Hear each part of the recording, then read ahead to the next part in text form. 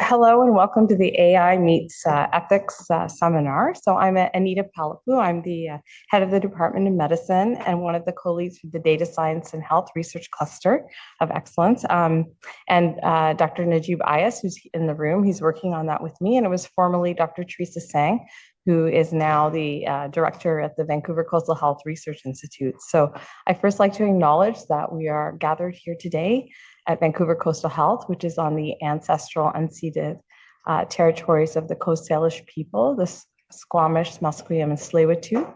Very grateful to be on these lands, and the department is committed to the Truth and Reconciliation Commission of Canada's calls to action, as well as responding to the In Plain Sight report on anti-Indigenous discrimination and trying to rectify that in our healthcare system.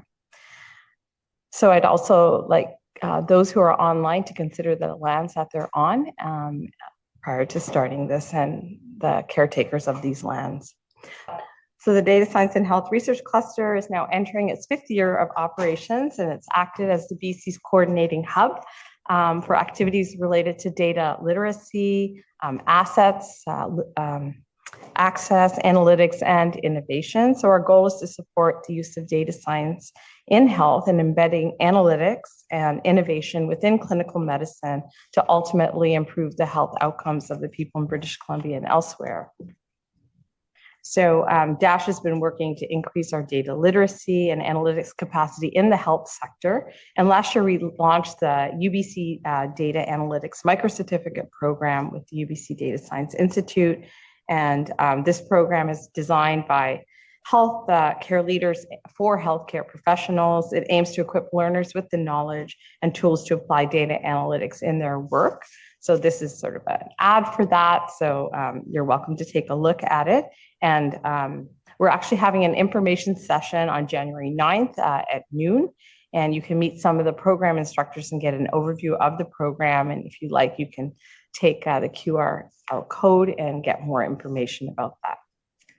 So now for today's talk, it is our pleasure. We're very excited to have Leo Celi come from MIT to be part of our AI Meets Ethics seminar series. And the seminar series aims to explore the ethical implications of AI, including its potential to exacerbate climate change and structural inequities, while also highlighting AI's transformative role in improving patient care, redesigning knowledge, education, and innovation systems.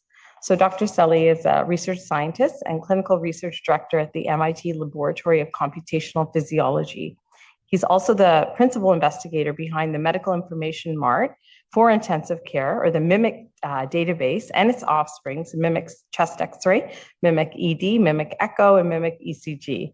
So with close to 100,000 users worldwide, an open code base, and close to 10,000 publications in Google Scholar, the data sets have undoubtedly shaped the course of machine learning in healthcare in the US and beyond.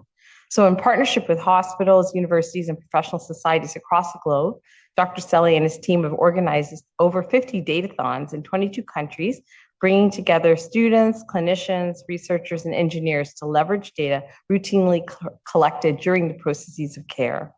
So Dr. Celi's talk will offer to take on ethical considerations of AI in health and patient care. And after his talk, we will have time for a Q&A, followed by a chance for some of the in-person attendees to meet and speak directly with Dr. Celi. So please join me in welcoming him today. Thank you for having me. I actually invited myself to come to UBC, and we just started talking about possibly holding some of the events here in Vancouver, maybe in November of 2025. So Amin is there. He's going to be the main culprit if you want to push through with an event here at UBC a year from now. The title of this talk is really a play on words. It's from AI bias to AI by us. In the past, I have put in a second line, we need more roads, not Ferraris, but I'll skip the second line for now. And we're gonna start off with some history. People think that AI is new, but it's not. The very first AI summit took place at Dartmouth College in 1956. And during that time, they brought this 5 white men together to talk about the future of the world with AI. And at that time, they said they predicted they're pretty certain that AI will revolutionize the world. But of course, they were wrong because it took another 66 years to take us to where we are now. And 2022 is considered as the start of the modern age of artificial intelligence, and for good reasons. So many things happened in 2022.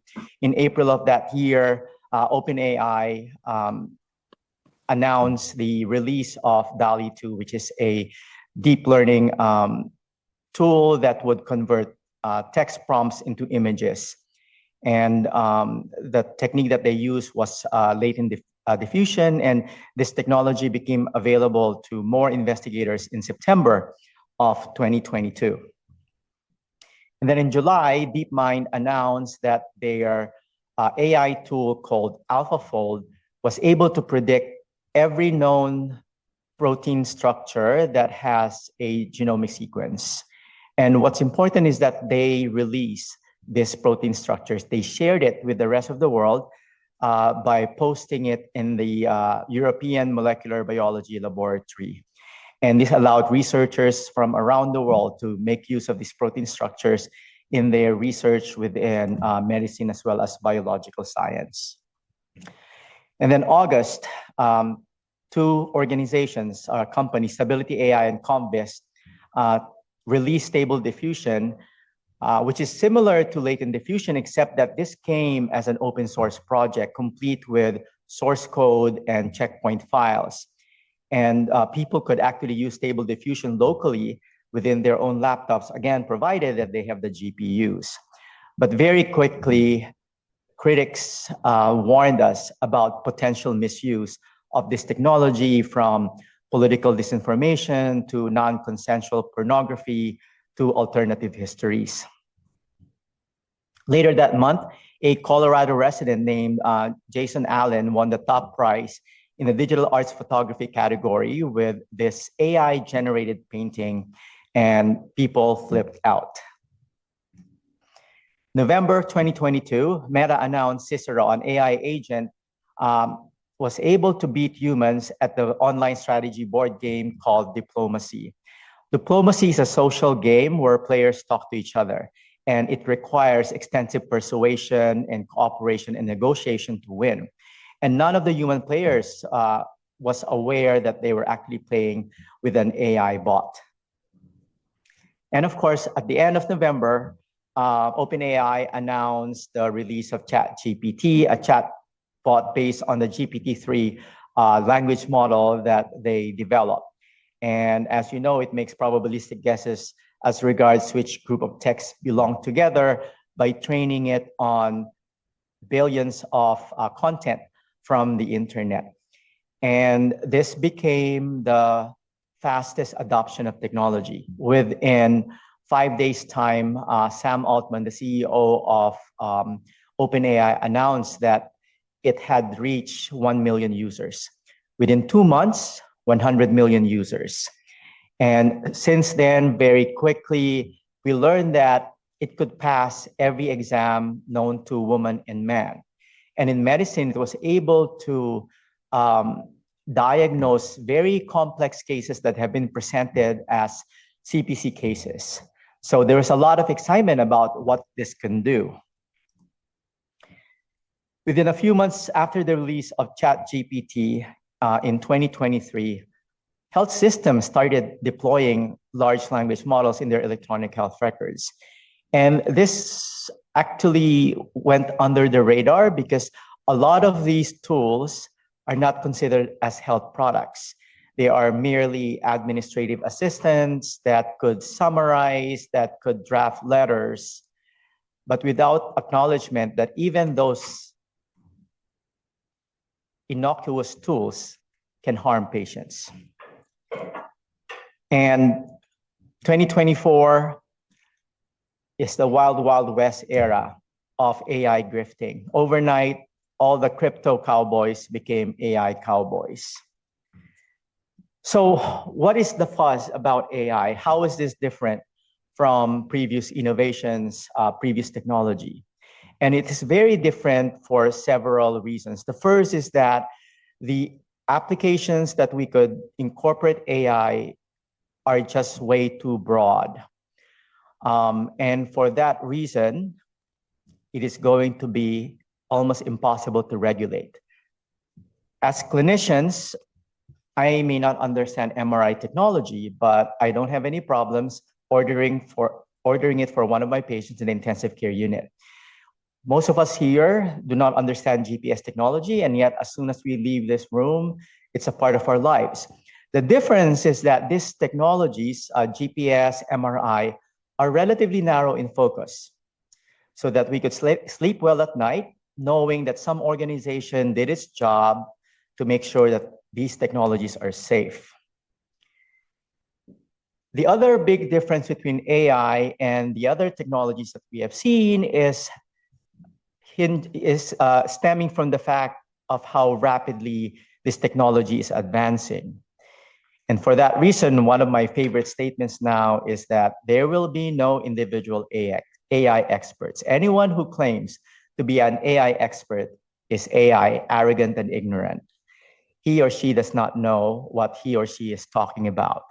There will only be collective wisdom, because I keep saying to our students, every day there are 5 to 10 new papers that are actually pushing the envelope with AI. Compare this to sepsis, where you have one good paper every 5 years. So this field is moving very quickly, so much so that our legacy systems of education are going to fail. It's not going to cut it because of how quickly this technology is advancing, and also for its requirement for a multidisciplinary approach. But the biggest difference of AI with previous technologies is that AI is discriminatory by design. It is inequitable by design because it is trained on historical data that we know reflects structural inequalities. So if all we're doing is dumping gobs and gobs of data, and I don't care if you got data from minority communities, because the way we collect data reflects those structural inequalities. If all we're doing is dumping them into an encoder and transformer, and then seeing what sticks based on their performance as regards accuracy against real world data, if you come to think of it, that's perfect recipe to encrypt all the problems that we see in healthcare, all the problems that we see in society. So I'm not saying we should stop. We should, of course, move ahead, but the roadmap has to be designed more deliberately and more thoughtfully. It's not just about collecting as much data as you can, as you want, and then creating black box deep models using this data. There's another elephant in the room that no one has really been talking about in conferences and in policy discussions, and that's the effect of AI on the planet. Despite the fact that AI is the world's most resource-intensive digital technology, the environmental impact of AI has not figured prominently in articles, especially in academic journals. Just to give you some details, in 2022, Microsoft reported consuming 6 million cubic meters of water, a 34% increase from the previous years. And this was used presumably in the cloud data centers of Microsoft. And researchers estimate that globally, the demand for AI could result in about 5 billion cubic meters of water being consumed by 2027. The same is true for energy. In one study, the training of a single language model was found to generate emissions approximately equivalent to 300,000 kilos of carbon dioxide. That is the equivalent of 125 round-trip flights between Beijing and New York City. In a study assessing the growing energy footprint of AI, the middle range approximation suggests that the electricity demand of new AI servers in the year 2027 could be as much as the entire annual consumption of electricity by countries like Argentina, the Netherlands, or Sweden. The growing resource demand for training and deploying AI systems is also contributing to socio-political instability. The environmental health impacts of AI supply chain are borne almost exclusively by communities in the global majority and echoes long-standing histories of extractivism. For example, the increasing demand for metals and other materials needed to build data centers has devastating social and environmental consequences for local communities in places such as the Democratic Republic of Congo. Assuming that we could address the environmental impact of AI, do even have evidence that AI improves decision-making. In complex and dynamic environments such as healthcare, the design of AI clinician systems should allow staff to clearly grasp information, reduce their workload, and strengthen their confidence in the decisions. But currently, there's very little human factors research performed to understand how information from AI might change the behavior of clinicians. I would like to highlight this study, which was published in the middle of the pandemic. And it's not about machine learning per se. It's about the prospective evaluation of a clinical algorithm that was designed from human experts. So they gathered nephrologists and other investigators to come up with an algorithm that can predict whether a patient on the floor might develop acute kidney injury. As you know, it's very busy on the floor. Sometimes we don't keep track of who could be developing acute renal failure. And as you know, if this is not caught early, then it could worsen the outcome of the patient. And this is what it looked like. It looks very innocuous, very safe. All were, oh, no, that is not what it looks like. But it is merely a prompt saying that, hey, your patient has increased her or his creatinine by this much, the urine output has dropped, the probability that this patient is going to develop acute kidney injury in the next 24 hours is such and such. When they applied for an ethics committee approval for the study, ethics committee said, oh, this is low risk because you're not introducing an intervention, you're not changing practice, all you're doing is giving new information to the clinicians. So it was deemed low risk, no patient consent is needed. What they wanted to do is to see whether the provision of this information will reduce the composite outcome of death, transfer to the intensive care unit, or initiation of dialysis. You could tell right away that they're not very confident. The fact that they use a composite outcome to see if you could show some benefit. Overall, there was no reduction in those composite outcomes. They rolled this out into 6 hospitals, 2 large academic centers, including Yale University Hospital, and 2 small community hospitals. But the most alarming part of the study is that they found that in the community hospitals where AI was provided, the mortality doubled. And no one had predicted this. Not the ethics committee who thought that this study was low risk. It wasn't low risk after all because it killed double the number of patients in the 2 small community hospitals. And this is really highlighting that we have to stop developing models as if it were to unfold in a vacuum. We need to start developing human AI systems. So human factor evaluations are commonly conducted in safety critical fields such as aviation, military, and energy sectors. However, there are hardly any clinical AI studies that evaluate human factors, and this is where our money should be invested in. At present, we could count with one hand, and I got to push back from that statement. Like, of course, we have so many evidence that AI has improved outcomes, patient outcomes. But to be honest, I think you could count it with your maybe 2 hands, evidence for improved clinician performance or patient outcomes, such as these papers. I'm not saying, of course, that there is no evidence at all. And I say that I am not an AI naysayer because if that were the case, I would have stopped this research that I'm doing now. I see tremendous opportunity. I think that the legacy of AI is making us better systems thinkers. And for that reason, I am truly excited about possibilities, especially as we engage young people who are not entrenched in the systems of power that are in existence. So more and more, what we're seeing are negative studies. So no impact of AI on what is claimed to be its benefit. We have heard about AI replacing radiologists, making them more accurate, making the turnaround time faster for findings that are critical. But there are two studies this year that did not show that. So the first one was published in March of this year. A group from Harvard Medical School prospectively evaluated AI incorporated into a radiology practice.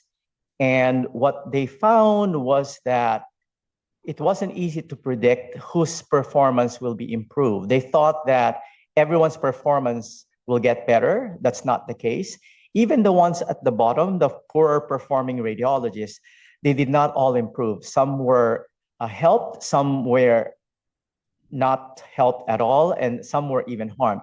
And surprisingly, even the top performing radiologists, some of them, their performance actually got worse. And the reasoning that they gave is that when this radiologist was given an interpretation of the X-ray that differed from theirs, and AI was correct, they started losing confidence. They started making more mistakes. And this is the reason why we need to understand what is the impact of providing new information on human experts or users. This study was published just in September of this year, and the objective is the same. They prospectively evaluated the effect of incorporating AI among emergency radiologists and neuroradiologists who are given CT scans, non-contrast CT of the head when the patient presents with a stroke, and can we improve the diagnosis and the time to diagnosis of those where there is a bleed, because the management would differ if you see a bleed there or whether the stroke is from a ischemic etiology. And once again, no improvement. Radiologists with AI, no different from radiologists without AI. There's no reduction in the turnaround time of positive scans. AI starts with the data. The data as it exists now in electronic health records cannot be used to develop algorithms. Data systems are not designed to capture data that can be used for clinical research or to build artificial intelligence. They are optimized, as we know, for administrative tasks, for quality benchmarking, for billing, of course, and secondarily for clinical care. They're not designed for learning health systems. If they were, then we will be collecting so much more data, and maybe we would be collecting less data that is just gonna clutter our feature space. The way the data that we use to train algorithms, the ones that are in electronic health records, is unsatisfactory because the actors who are involved in the pipeline, from the data collection, which would be the AHR vendors, to the data aggregators and harmonizers, and these are the interoperability community, as well as the common data model people, all the way to the data curators, which would be the clinicians, the patients, and the machine learning community, all the way to the validation. They are incidental, right? When Epic was born, it did not know that the data that they're collecting will be building blocks for artificial intelligence. When Fire was born, or when Odyssey was born, again, AI was not in the horizon. So their roles evolved over time. Suddenly, they find themselves as main actors in the generation of the data that we use for electronic health records, even though their roles were not designed for this particular purpose. So we need an overhaul of the electronic health record system if you would like to continue using it to build artificial intelligence. Health records as the source of data to train AI assumes that they are accurate representation of health and disease in the real world. This assumption is flawed on several counts. The first is that 4.5 billion people on Earth do not even interface with the health system.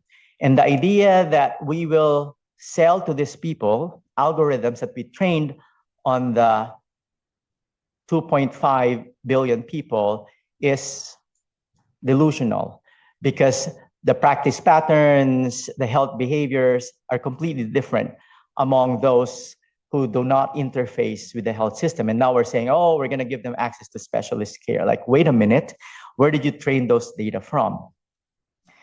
The best analogy that I could give is the analogy of a drunk man looking for his lost wallet under a lamppost. And a police officer approaches him and asks him, did you lose your wallet here? And the drunk man said, no, officer, but this is where the light is. Why should I look for my wallet in the dark? So it's very much the same with AI, with science. Science unfolds in a non-neutral space.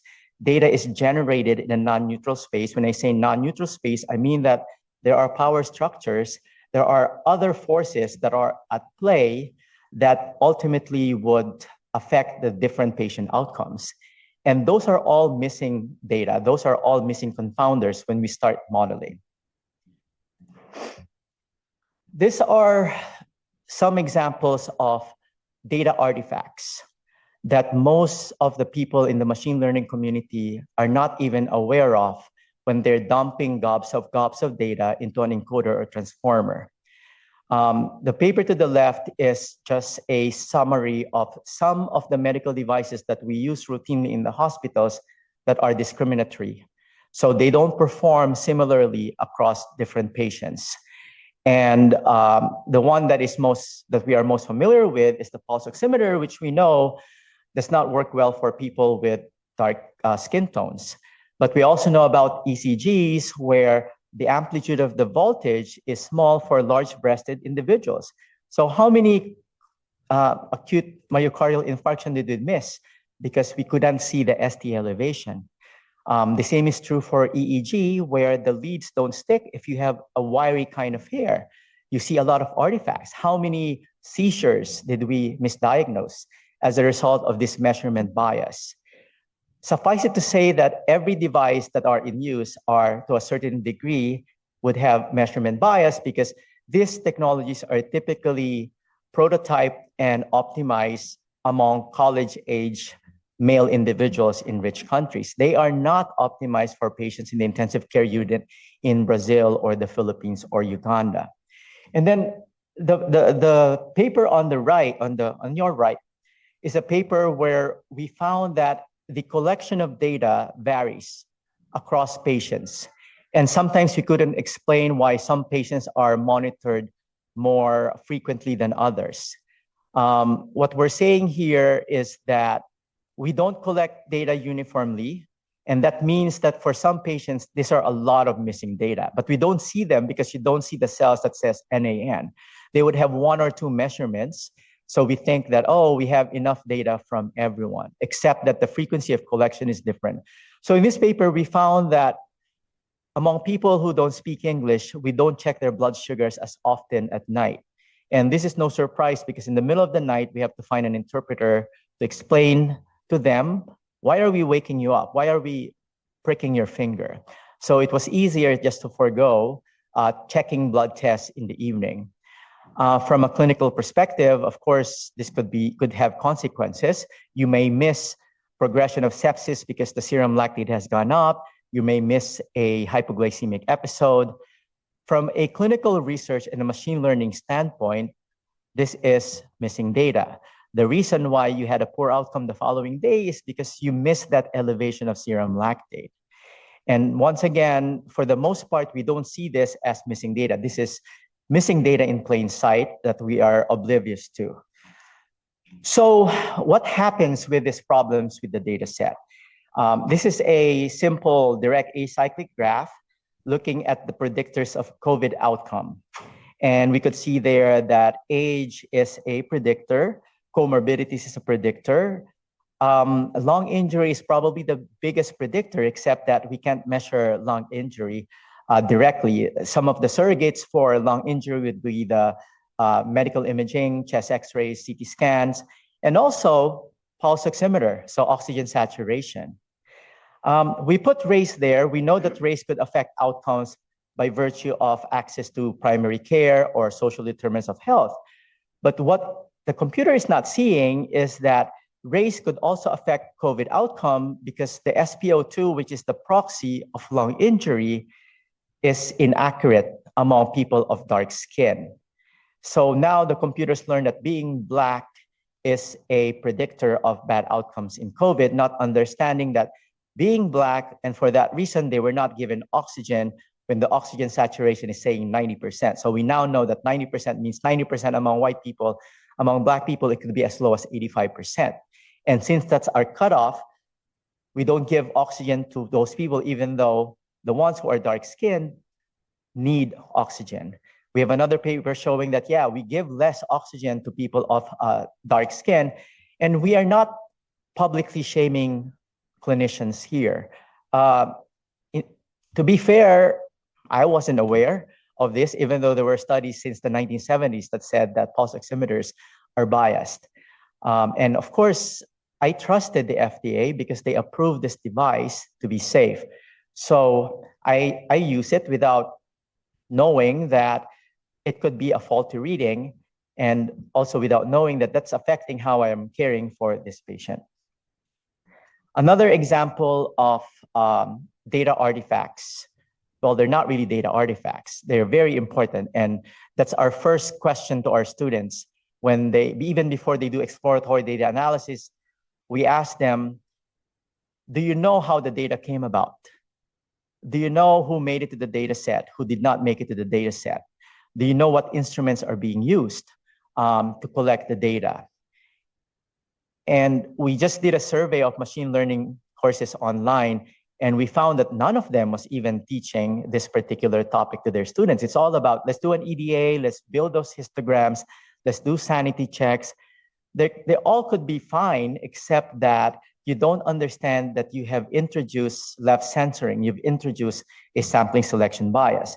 So this paper was also published in the middle of the pandemic, and it's showing what are the predictors of a poor outcome among patients hospitalized with COVID. From the title alone, you could tell that the data comes from the Veterans Affairs hospitals, and that should clue you in that this is not representative of the US population. More so, this is not representative of the global population, but since it got published in JAMA, people thought this is ground truth.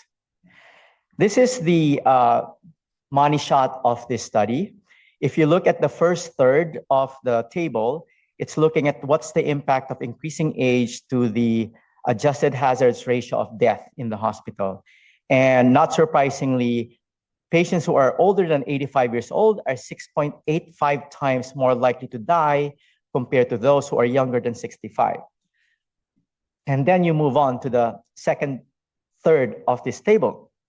And it's telling you that patients who never smoked are more likely to die from COVID than patients who are current smokers or patients who were former smokers. And then you go to the last third, and it's telling you that patients who are not overweight are also more likely to die than patients who are overweight or those who are obese. And to those of you who were at the front lines of care, this did not make sense. I remember overweight people more likely to be admitted to the ICU, more likely to die. So why did we see this? This, of course, is an example of sampling selection bias. Among veterans who are non-smokers and who are not obese, if they develop COVID, they're not sick enough to be admitted to the hospital. If I were to design this experiment, this study, I would have included everyone, including those who did not get admitted to the hospital, to find what are the true predictors of poor outcomes from COVID. And of course, what is learned from this study will now be incorporated into the algorithms that we develop. More examples of missing data. We have a lot of literature saying that the race, ethnicity, and the sex concordance between the providers and the patients is very predictive of outcomes. So Black babies have better outcomes if the obstetricians and the neonatologist is Black. We also found that among women who develop heart attacks, those who are taken care of by male cardiologists have worse outcomes than those who are taken care of by female cardiologists. And among patients who undergo surgery, the outcomes are better if the surgeon was a woman as compared to if the surgeon is a man. And the reasoning for this is that women doctors are more likely not to ignore vague symptoms from women than male doctors. But it so happens that there are much more male surgeons than female surgeons. There are much more male cardiologists than female cardiologists. But what does the computer learn? The computer learns because the computer does not have the information about the sex of the cardiologist or the surgeon. It learns that being a woman is a poor predictor of outcomes after a heart attack or surgery, when in fact that's not the case. It just so happens that there are more male cardiologists that are caring for women with heart attacks. There are more male surgeons that are operating on more women. So this will all be encoded in the algorithms. The key message here is what's missing in missing data is the context. We never give enough context to the data that we feed into encoders and transformers. More sad news, but I promise you that this will be uplifting in the end. It will not all be depressing. But this is another paper from our group. We published this 2 years ago, the one on your left, where we stumbled upon this discovery really serendipitously. What we learned is that computers can see invisible features that humans cannot. And in this paper, we showed nicely that they could tell the race ethnicity of the patient based on the chest X-ray alone, on the ultrasound alone, on the CT scan alone, on the MRI alone. And we chanced upon this discovery because we were looking at how come the AI algorithms are making more mistakes in interpreting chest X-rays of Black people as compared to white people. We thought that maybe this is a mistake in the labeling, so we made sure that the labels are correct. And then our colleagues from Taiwan said, oh, okay, we'll do some experiments. Maybe the computers can tell if the patient is Black or white. Like, sure, go ahead and do the experiments. And 2 weeks later, they said 90% accurate, Black and white. Like, oh, you must be mistaken. You must have used DICOM images with embedded clinical data. Like, nope, we use JPEG files. Oh, it must be learning from the disease distribution. Maybe all the chest X-rays with pneumonia happen to be Black and more of the normal chest X-rays belong to white people. So we tested it just on X-rays with pneumonia and it could still tell us. And it wasn't a specific anatomic section of the chest X-ray either. At one point, we were feeding it crops, random crops from different parts of the chest X-ray, and it could still tell us whether the patient is Black or white. And the ongoing hypothesis, I think, that we haven't tested yet, is stemming. This problem is stemming from the fact that when we develop these medical equipment, once again, they got prototyped and they got optimized on a certain demographic group. I remember talking to manufacturers of OCT scanners in Germany, and we were asking them, how do you recalibrate your machines? And they said, oh, we gather around 200 Bavarian men every 2 years to make sure that the resolution is optimized. And that could be where the problem is, that the equipment realizes that this person is very different from the group of people that the technology was optimized for, and it starts emitting signal that, hey, there's a difference between this patient and the subject that was used to develop and optimize this technology.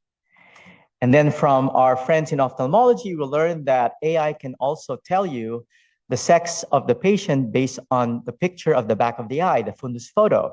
And the ophthalmologists were really confused by this because they themselves cannot tell if this pattern of arteries and veins belongs to a man or a woman. We repeated this study. This study was published 2 years ago, and what they did was they trained the algorithm to infer whether the patient has Medicare, Medicaid versus private insurance based on chest X-rays. And we thought that, hey, it probably learned it from the number of radiologic abnormalities. So what our group did this time is to train it on normal chest X-rays where there's no radiologic abnormalities.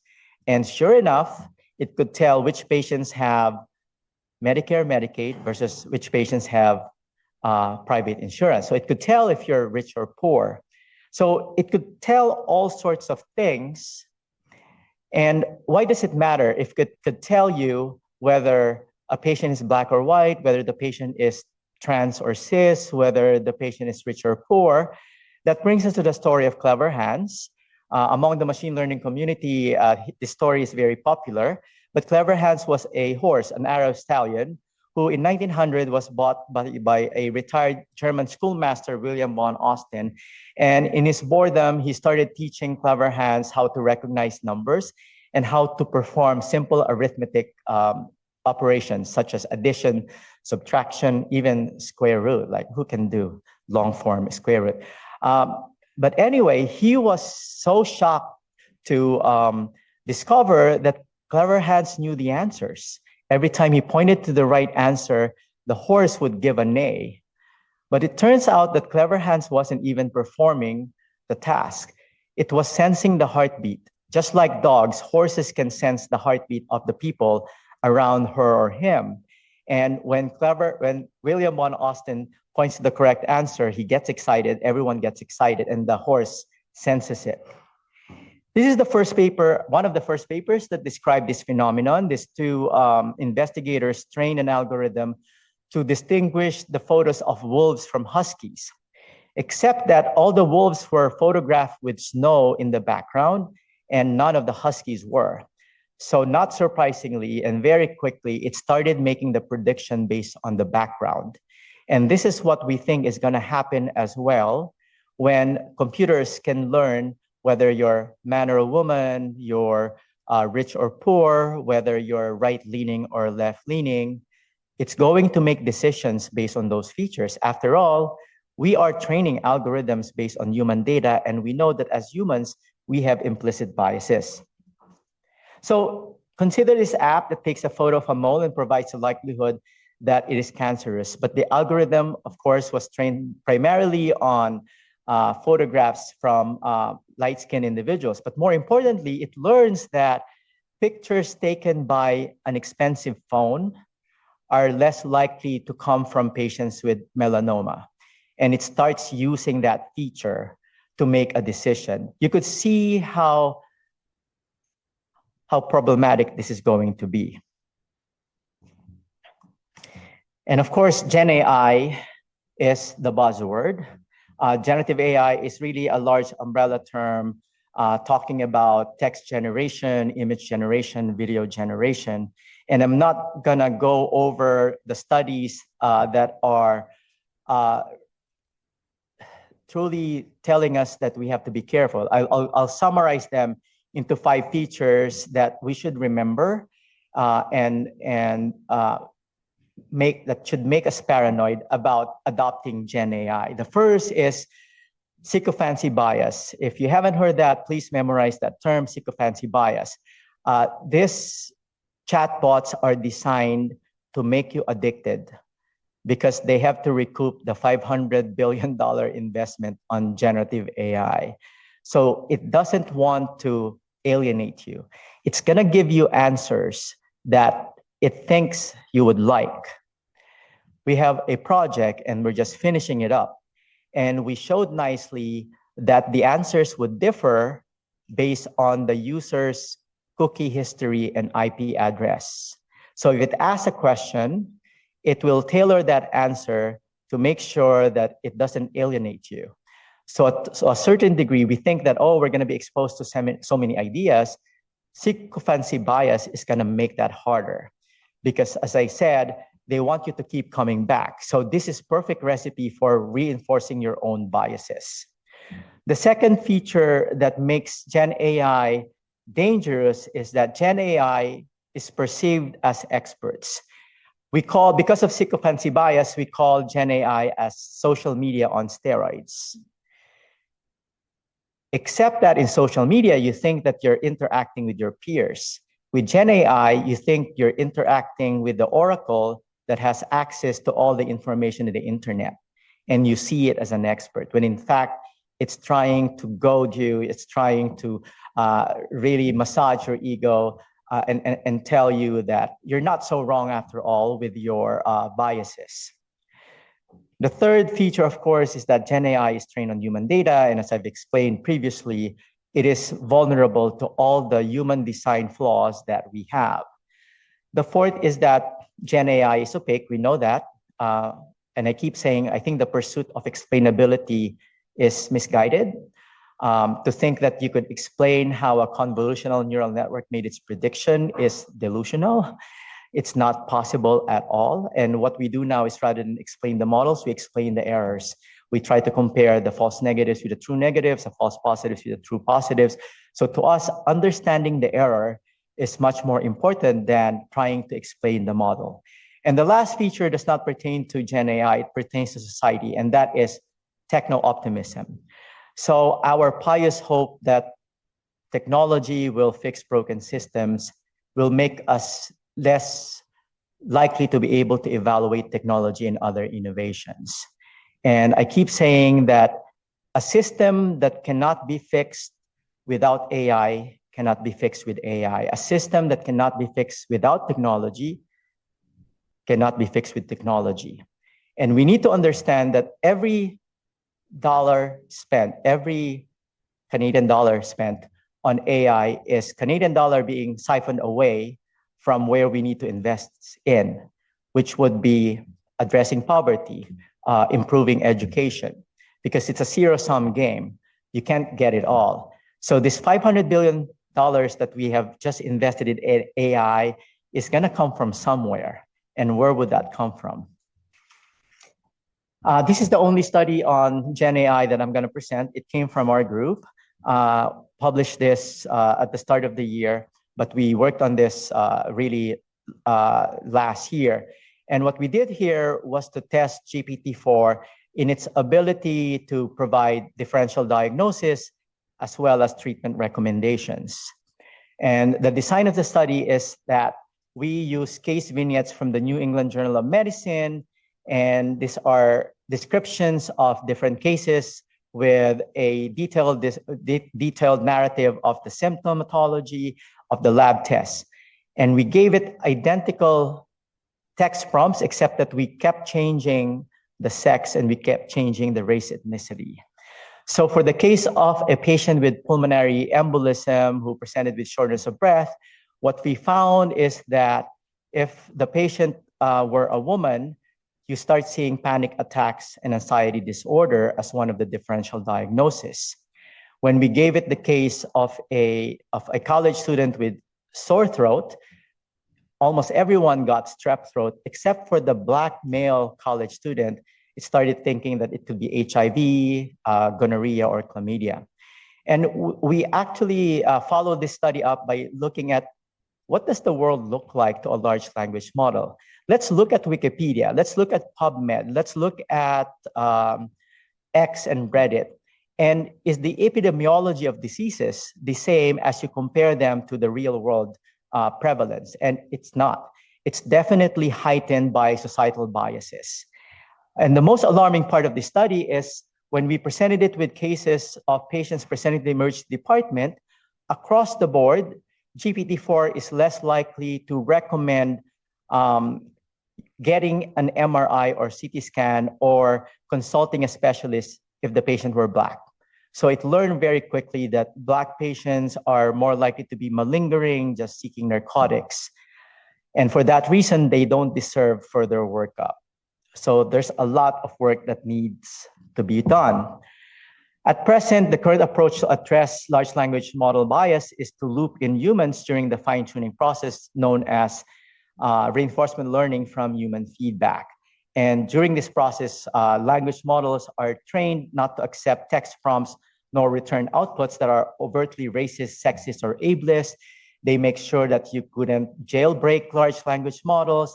And of course, who are the people who are doing this? These are the young people of Nigeria, Colombia, the Philippines. But I could tell you that most of the biases are really, really subtle. They're difficult to find. And for that reason, this is not going to work. I'm very paranoid that humans in the loop is not going to cut it. We call them humans in the news because we're probably just reinforcing human biases as we look at the bias of language models. And there's a circular fallacy logic there to expect the same humans whose behavior is biased, whose data was captured, to be able to detect when the large language model is itself biased. Debiasing large language models during the fine-tuning stage is similar to raising your kid to be racist, sexist, and ableist, and then having him undergo cultural sensitivity training as an adult. It's too late. We need to work on the data. And not just the data, we need to work on the systems that produce the data. That is the only way we could truly leverage the power of artificial intelligence. So I promise you that we are going to end in a positive note. How do we move forward? Two things need to happen very, very quickly. The first is capacity building at scale. All the investments in AI are doomed unless everyone has some basic understanding of what it can do, what it cannot do, how it works, and most importantly, the risks associated with its use. Why is that? As I said earlier, policing AI is a monumental task. One of the conclusions that we keep hearing is that federal regulation is not going to be enough to make sure that AI is safe. Everyone has to step up, including universities, health systems, industry, patient communities. We have to watch each other's back. But how can we teach a technology that is advancing so rapidly? Hear this again. I've said this earlier. There will be no AI experts. There will be no AI experts. The only way we could move forward is by creating collective wisdom, collective intelligence. We have to learn together. We have to teach each other and learn from each other. This is the ethos of the datathons, and these are some photos of the datathons that we have organized, and I'm hoping that we could have one here in Vancouver in November of 2025. In these events, participants with not just different expertise, perspectives, and lived experiences, but also participants across generations. We typically invite high school students, and it's fascinating to look at the tables where a high school student is explaining to a professor of medicine what is data leakage, and then you see a professor of surgery drawing the bile duct and the liver, and the computer science students are just nodding their heads. Like, this is the classroom of the future. We should do away where classes would consist of students from the same department, because you don't leverage each other's expertise. It's so gratifying to have these classes. We just finished a semester at MIT where the topic is teaching machine learning to the students. And we deliberately would include students with different backgrounds. And my WhatsApp is a testament that this approach works, because every day they are texting each other. Even though it's a small fraction, this is one of several courses that are taking. And they would meet at night. They would meet at the weekend, on the weekends.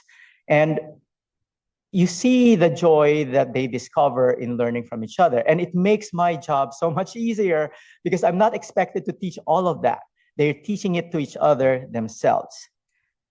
This is an event that we organized at MIT last year on datathons. And for this datathon, we deliberately invited community colleges and inner city high school students. And in the past, we had invited them and they never came. And we asked them, why don't you come? Are you not interested in innovation? And they said, no, but we have work at night. We have work on weekends. We don't have the luxury to learn from each other at night or on the weekends.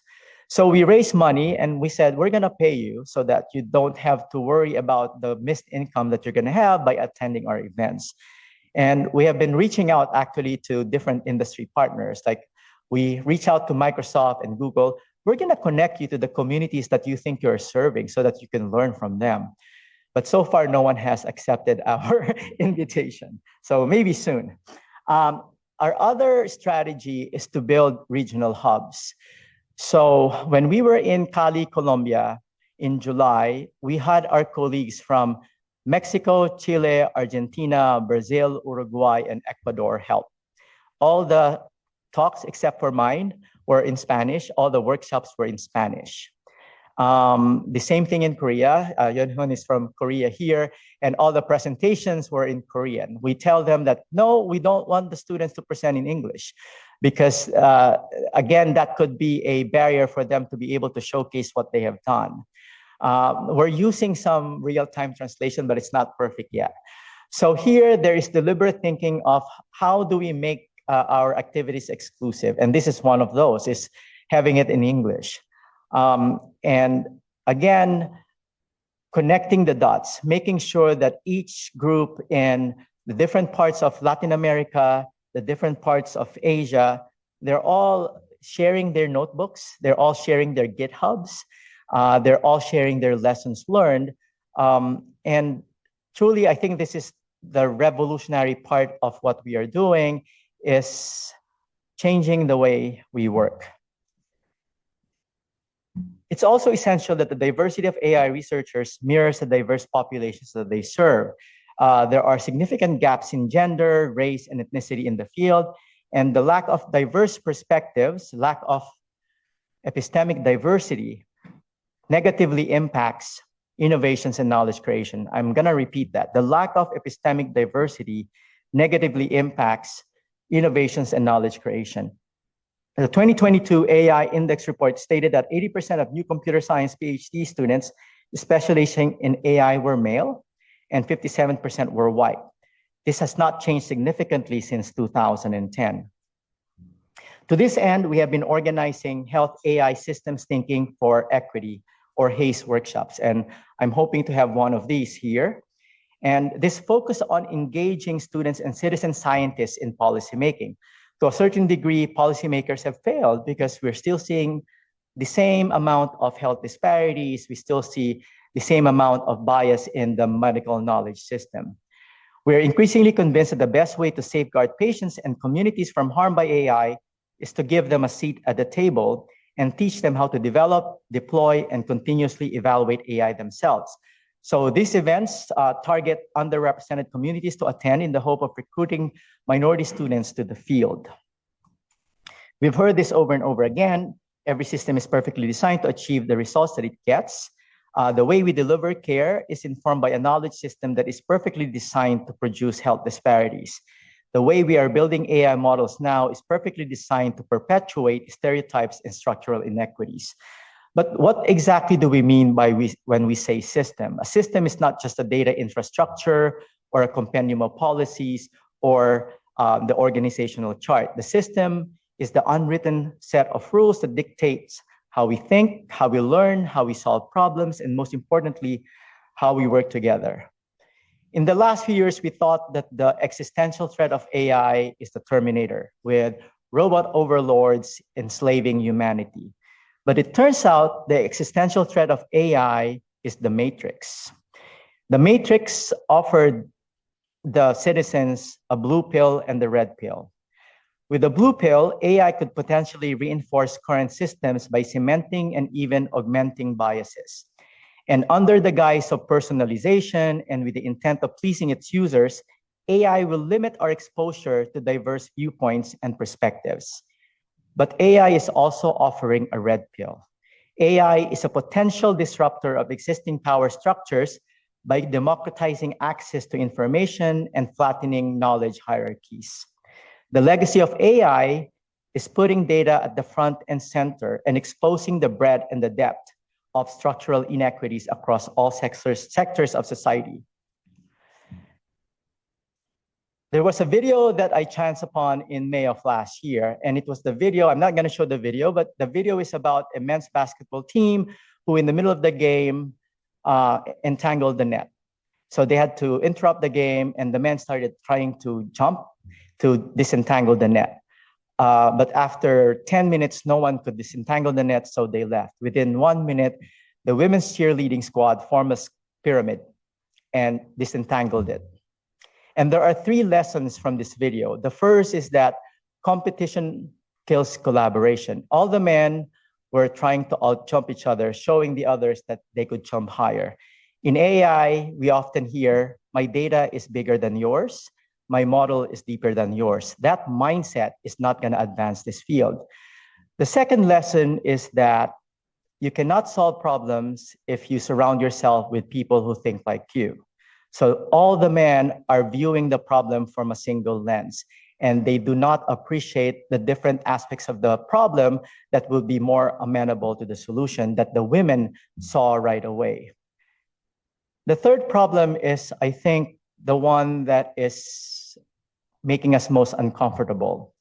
And this is the lesson from the video, that it's very seldom, maybe it's impossible for a problem to be solved by the same people who created the problem and the same people who are preserving the problem. So I keep saying fair algorithms are not going to come from us privileged people at UBC, at MIT, because we don't see the picture at its entirety. And to avert the disaster from AI, we need to diversify those sitting at the table. And when we invite them to the table, don't order for them. Don't order for them thinking that you're going to be footing the bill and that you know what they want, because that's what happens in this global health network, where we bring our African colleagues and yet there's still power dynamics in the table. And also we didn't give them the agency to be able to appropriately interact with us. I've had this debate, maybe I won't mention it here, but maybe during later when it's not recorded, that I had this debate with people who are deep in the global health arena. So this is my last slide. And Harvey Dent is one of the characters in Batman. And he said that you either die a hero or you live long enough to see yourself become the villain. So the longer that we allow the system to rule, to dictate how AI is going to be used, then we might as well hang the towel. It's not going to work. We cannot recode the world with AI. We need to fix the world, and we also need to understand deeply what that world that we are trying to fix. But I'm going to end with a book from Rebecca Solnit, who talked about Orwell's roses. So George Orwell, the writer of 1984, very early on realized that the future of humanity is bleak. It's dystopian. And what he decided to do is to start planting roses so that he prepares for that future, and maybe he could avert the dystopia that he is predicting. And to us, Orwell's roses are the students that we meet from around the world. I stay in this job because it's very exciting to feel, experience, witness the magic, the passion, the excitement, the energy. And we see this everywhere we go, from Mbarara, Uganda, to Valparaiso, Chile, to Manila in the Philippines. And this is the reason why I remain hopeful, because the legacy of AI is changing the way how we think and changing the way we work together. And with that, I'm happy to answer any questions. Thank you very much.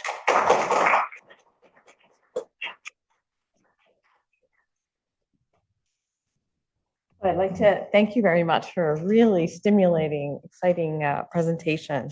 So I'd like to open it for questions, and if you could use your microphone, that would be great. And for those who are online, if you could enter your question in the chat and we'll read it out loud.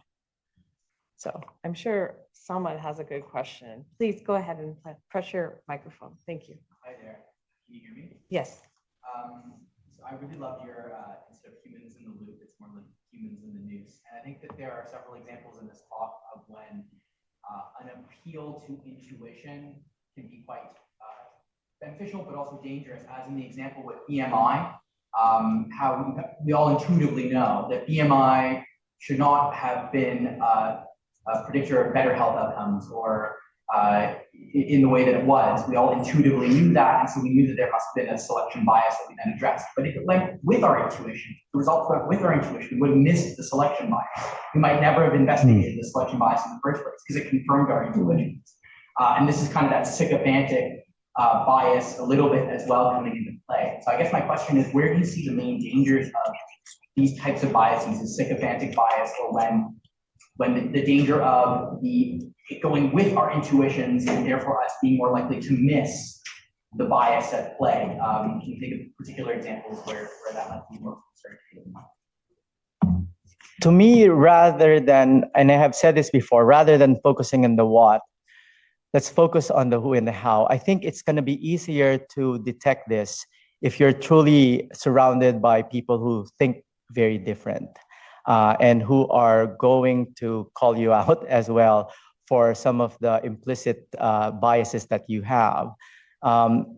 We just came from a roundtable at NeurIPS, and I'm not sure if people are familiar that there was a snowstorm of controversy that happened at NeurIPS over the weekend. And I think that lack of awareness of the potential consequence of what the keynote speaker said is due to the fact that perhaps she suffers from not having enough people who would constantly check her on her biases. So rather than giving specific examples, I wanted to say that, and this is hard, people are always saying, do you have empiric evidence? Like maybe for a few seconds, let's stop looking for empiric evidence and let's trust that improving the diversity of groups will somehow translate into better outcomes. We were having this discussion with medical educators, and we are struggling with how come we have not improved the way we teach systems thinking to our medical students. And they said that one of the reasons is that we are grappling with how do you measure. And I said, maybe we should stop thinking about the measurements. And then of course someone asked, like, are you saying that measurement science is not important? Like, I'm not saying that, except that maybe you're not able to come up with metrics because all of you are measurement scientists. Maybe you need to start working with people who don't have a background in measurement science, because it will allow you what we call collective reimagination. So collective reimagination is very, very hard if all of you have the same PhDs in machine learning.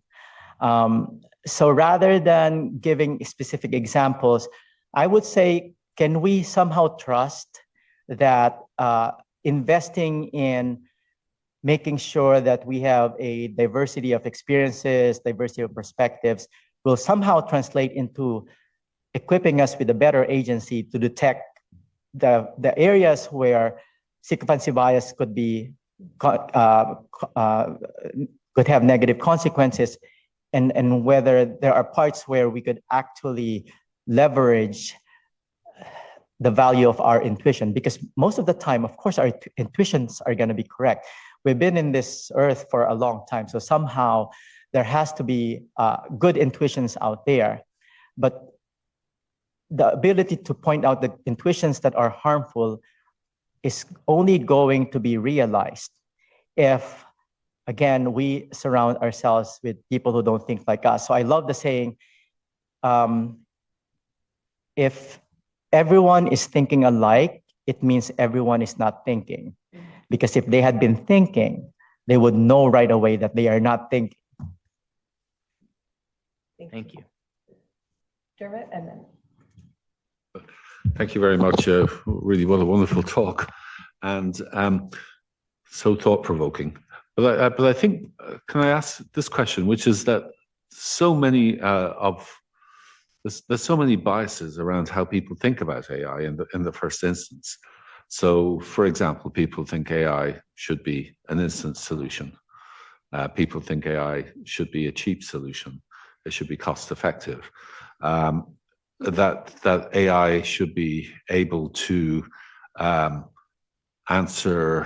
produce answers to medical problems in a short time frame, and effectively, so many of the issues that we're talking about are coming because people are taking snapshots and putting that through an AI and saying, okay, this is the outcome. Whereas what we effectively need is a longitudinal studies, longitudinal databases, and the kind of rigorous testing of those longitudinal data against the outcomes of the algorithms, and I just wonder, how do we get over that sort of societal bias that seems to think that all of this is going to be quick and easy? I don't know the answer, but you just reminded me of a question that I often get in terms of what sort of validation do we need? And I keep saying that once again, the model of prospective randomized control trial is not going to cut it for AI, because it takes about at least 1, probably 2 years from conception of a study all the way to publication. And in 2 years' time, the model is outdated. You need to start from scratch again. So this idea of doing prospective validation, randomizing, it's not going to work. So this is my proposal. We're trying to write a paper about this. So what we need to do is to just do due diligence and making sure that AI is at least performing similarly.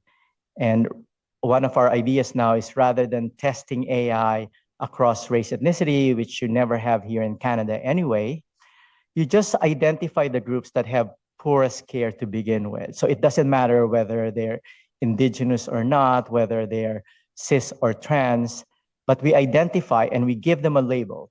Like, you are at highest risk of being harmed by AI. And when we develop a model, we're gonna make sure that you don't get wrong classifications and predictions. So you do your due diligence, and then you just deploy it. And you deploy it, you don't even have to randomize. You deploy it, and then you follow patient outcomes.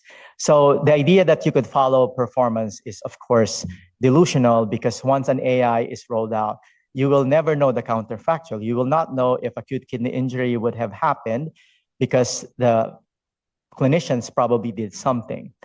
So don't look at performance as with regard to accuracy. The only performance that matters is how it is improving patient outcomes. So you monitor that continuously, real time. And when you're seeing that one group is having worse outcomes, you halt AI. And then you start collecting data again without AI. And then the old model, you recalibrate now into your new data, and you do your due diligence again, and then you roll it out again. So everything is going to be part of a perpetual trial, phase 4 post-marketing surveillance for AI. And what this will also imply is maybe we would not give approvals for AI, right? It's all going to be provisional. Once again, as we know, a model that was developed at Vancouver General will not apply to even a community hospital across the street. And that's another problem that we need to address. The capability to locally validate and recalibrate AI is not in existence in 99.9% of health systems. Even very resource institutions such as Mayo Clinic, Stanford, Duke, University of Toronto are struggling to come up with a system that will oversee this. What more can you expect from federally qualified health centers as well as critical access hospitals? They will be given the breadcrumbs of AI, and those breadcrumbs are tainted with cyanide. It will decimate their population. So what I'm hoping to organize here in Vancouver in November is what we refer to as Reimagine-a-thon. What would systems look like? What would academia look like if we are to abolish publish or perish? What if the currency is no longer publications, but how much data are you sharing? How much software are you sharing? How much code repository you are contributing to the research community? So, but this requires a lot of thinking. And as humans, there's not a lot of political will to think. And also, thinking to reshape society will threaten the systems of power, and they will push back. I could give you 3 hours talk of the times that I've been canceled, that I've been challenged really by people who were made uncomfortable by what I'm saying about privilege and positionality. And this is why I turn to the students. Every time I get upset, I talk to the students and they cheer me up. Like, look, we're making progress. You're just not seeing it. And they scream louder. So they actually think that they're winning the game. And my friend would say, if you allow them to get into you, then they win. So you don't bother them. You don't bother their sleep at night. So don't let them bother your sleep at night. But there's a lot of collective rethinking, collective reimagination that is needed. And we'd love to have one of those reimagine-a-thons here in Vancouver. That sounds exciting. Did you have a question? Yes, thank you. Thank you very much, Dr. Celi. That was fascinating. I could talk to you for hours about some of these things. A couple of things. You referenced Einstein or paraphrased Einstein several times about not solving problems with the way we got into them. And sitting here listening, especially your answer to the Dean's question, like your talk about AI is really a talk about humans. So, and the two things I want to ask you about, one is about emergent properties in AI. So it said like you would never predict the brain, consciousness, and creativity from a single neuron. So there must be emergent properties in AI that we don't understand.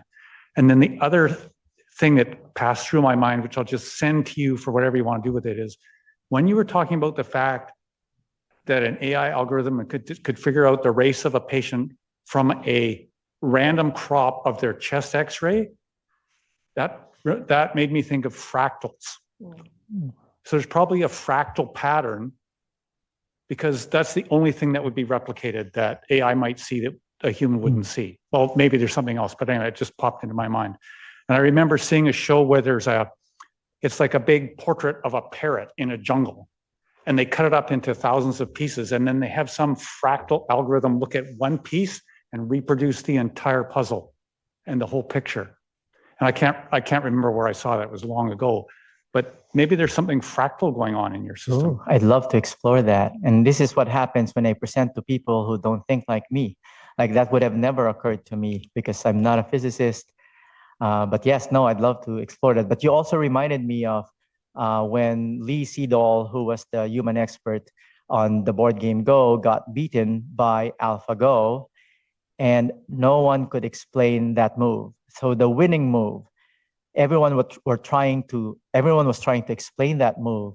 And this is why I'm hopeful that AI will also provide us with solutions that no humans can think of. But again, the design of the ecosystem has to evolve to be able to discover these ideas from AI. There was another paper that came out just a month ago, and this is looking at innovations from AI. And what they found is in material engineering, the materials that were created by AI are very different from the materials created by experts in material engineering. And that gives me hope because it might be able to come up with truly different permutations or combinations of feature that will somehow advance our understanding of complex systems. There's one question in the chat. He wants to know if you could speak about how to reimagine the health system and particularly documentation conventions in the healthcare professions in order to address the issue of generating biased data in the first place. So how do we transition to such systems given the challenges working with legacy systems that you and I both work in? Yes, no, maybe that will be one of the tracks next November. How do we start with a clean slate with electronic health records? How do we know that the POMR is truly the best way to capture the patient interaction and truly the building blocks to develop artificial intelligence? Because no one has questioned the POMR since the 1960s or 1970s. Even the way we conduct rounds, again, this dates back to Osler, and no one has done a evaluation from a clean slate. Is this really, and maybe we have to do a lot of experiments to find out. And I think that is fine, but you could imagine how much resistance you're gonna get from the medical system. So to me, that's really the biggest barrier. But I would love to have this as one of the tracks of what should documentation look like? What should be included? Should we entrust the ambient system? You know that there are tons and tons of companies out there who are developing ambient systems to take notes for us. And maybe they'll figure out a way of what information is truly affecting outcomes. And that doesn't need to come from us. Maybe the computers could sift through all these recorded videos and figure out what is the best sort of information that can be extracted from this interview, from this examination. Last question. A quick response to that. I mean, maybe the AI system interviews the patient and the clinician's not involved at all. Would be an interesting idea. Non sequitur. Do you have any concerns about consciousness with AI systems? Kind of like worries that Sam Harris might have, or not really? No. I think the ones who are concerned about that are typically the top AI experts who are predominantly white and male, because they don't see the existential threat of AI on the marginalized communities now. And they think that the thing that matters is when they are removed from their positions of power with a robot overlord. So and the reason I'm not that concerned, I remember there's a Nature paper where it's showing that what's happening now is we create more internet content from the internet content, and that is now used to train new AI systems. And pretty soon, it's not identifiable anymore. So they started off with an image.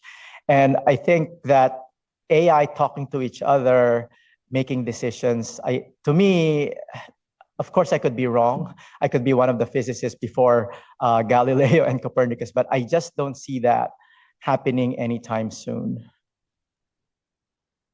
I'd like to thank everyone for attending our Dash AI Meets Ethics, and I hope you enjoyed the talk. And if you're interested in our activities, our website is available, and we have a newsletter we'd love you to sign up for. So again, thank you so much. Thank you.